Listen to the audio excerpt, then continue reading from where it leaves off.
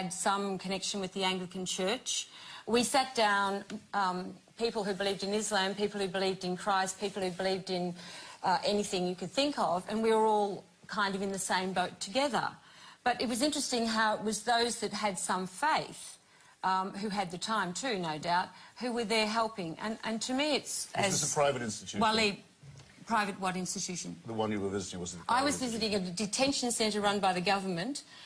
People who came to us, or still, it was a policy brought in by the Labor government and continued under the Liberal government and continues to this day. Now we take people to Christmas Island, which and is off I'm the going coast. to interrupt you and for a moment, and sorry, interrupt everyone just for a moment, because we actually have a question that's coming up that actually leads us in similar directions. But you're watching a special politician-free edition of Q&A, answering the big philosophical questions. The clock is ticking. Let's move to our very next question. It comes from Joel Brown. My question is to Mr. Hitchens again.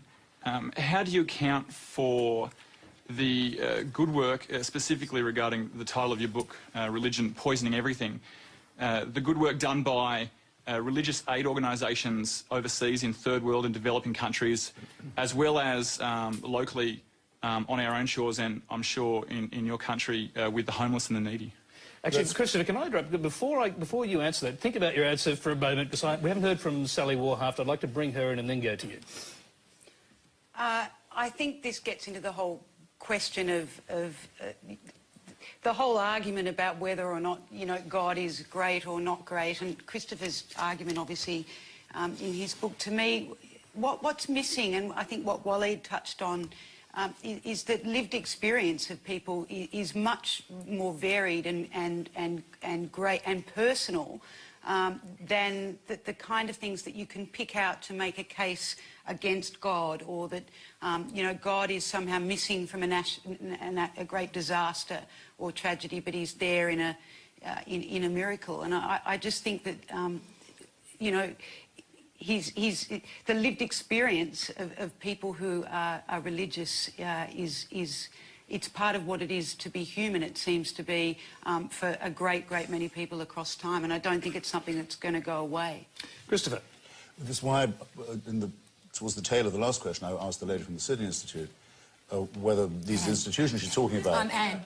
Well, I don't know you well enough yet. I'll just introduce myself. Perhaps we'll be more bonded by the end of the... Some would say not much of a lady. We'll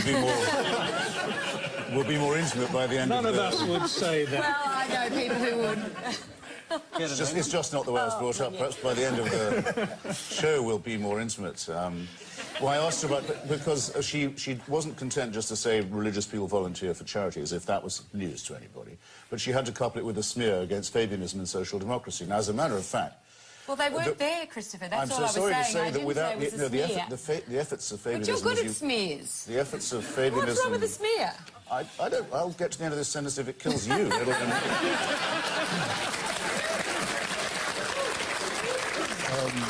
The efforts of socialists and social democrats to make sure that things like education and health do not depend upon private charity given by rich people and religious institutions to the deserving poor are the reasons why a lot of it's taken care of, because it's taken care of. Hang on, I wasn't we have welfare and... But just a minute, there's another smear. I wasn't a rich person giving charity where it wasn't God. And you have to understand... I didn't say that you were. Well, it seemed to come across that way. I didn't even imply that you were. No, the efforts of Fabianism and social democracy, socialism, were to make sure that these things didn't depend on the voluntary whim. Yeah, but they don't do that now. Or the idea of the deserving poor. Now, that's the first point. I know about the second point, well, because it's so taken for granted now, I love to remind people, actually, this was a long time ago. meant social political action, as you correctly say, quite correctly say, and I can help you out here by emphasising it, quite a while ago. That's why I said not to forget it.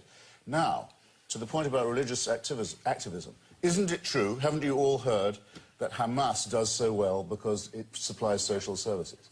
Are you going to say that it's the same is true for Hamas and Islamic Jihad?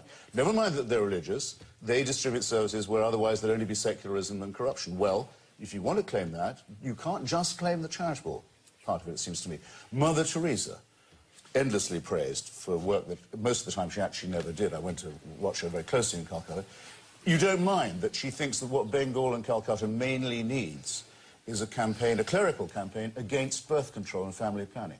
Has anyone here ever been to Bengal and concluded that's what it really needs? That's what she was really campaigning for, in case you're worried. But never mind. She gives a wonderful impression of being a charitable person. So what Indians need is more missionaries to cure poverty, when everybody knows there's only one cure for poverty, which is the empowerment of women, which means giving them some control over their reproduction.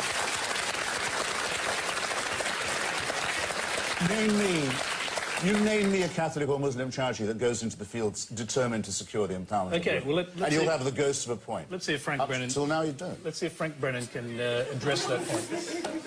Well, let's take it. I mean, people like Amartya Sen have argued very strongly and persuasively, like yourself, Christopher, that empowerment of women is the key to the development of peoples.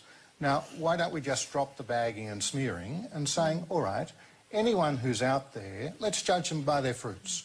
Whether they're atheists or whether they're Catholics or whatever, let's drop the bagging and smearing. Let's say, right, we agree. What we've got to be working for is the empowerment of women. And there are people of religious dispositions who are passionately committed to that. And yes, there will be mistakes made in terms of policies and in terms of moral theories, but that's where I think in a pluralist society like Australia, we can have the respectful dialogue and we can work those things through, as we do this evening. Wally Daly. Just trying to figure out which aspect to take. I think... I guess that the argument being made in that question is religion doesn't poison everything because there are people who do good works. I think there's a real call that needs to be made for some honesty here on the part of religious people. And that is that, yes, lots of religious people do lots of very good things. And there was research published, I think, 2 years ago looking at Generation Y Australians that found that those who were more religiously committed were more socially aware, they were more committed to the social good and all that sort of thing. And you can point to those studies and you can say that's wonderful.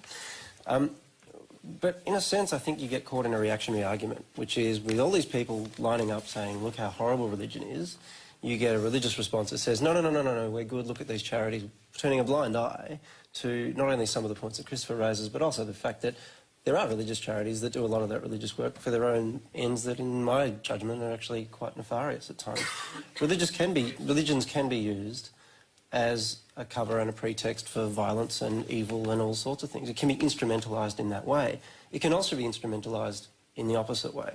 And so I kind of echo what Father Frank Brennan's said here, and that is that if you actually look at the substance of what people are doing, rather than asking the first question, is this a religious organisation or is this not, and then trying to make some judgment about their conduct and their motives on the basis of that, then I think you get further down the track of making some kind of assessment. I think we're caught in these petty games about, well, you know, are religious people good or bad? Just get on with being good or being bad and let people make up their own. That's excellent. I really think that's brilliantly phrased, but there is one more thing we have to say, just to do with the logical inference. If Catholic charities were better than I say they were, or Muslim ones, it still wouldn't have anything to do with the truth or otherwise of their preachments, any more than a group like Médecins Sans Frontières, for example, which would be my favourite medical charity, or Amnesty International, which is completely secular, proves that there is no God. I mean, it's purely coincidental. That's an entirely separate argument. But if the question is... It's part of the premise that needs to be... No, but if the question is about... Okay, and I'm going to interrupt you all because there's a questioner, and Christopher Hitchens obviously has got a lot of attention from our audience, and here's a question aimed directly at him. Oh, dear. It's from Jessica Langrel. Just another one to Mr. Hitchens. You typically stereotype religious people as dogmatic and fundamentalists. No, I don't. How is this when people who listen to you feel as if you're the one being dogmatic and fundamentalist in your evangelical pursuit to convert the world to atheism? Well, I have to... I would have expected more applause for a cheap point like that. That's more like it. Now, that's more like what I call applause. I will have to...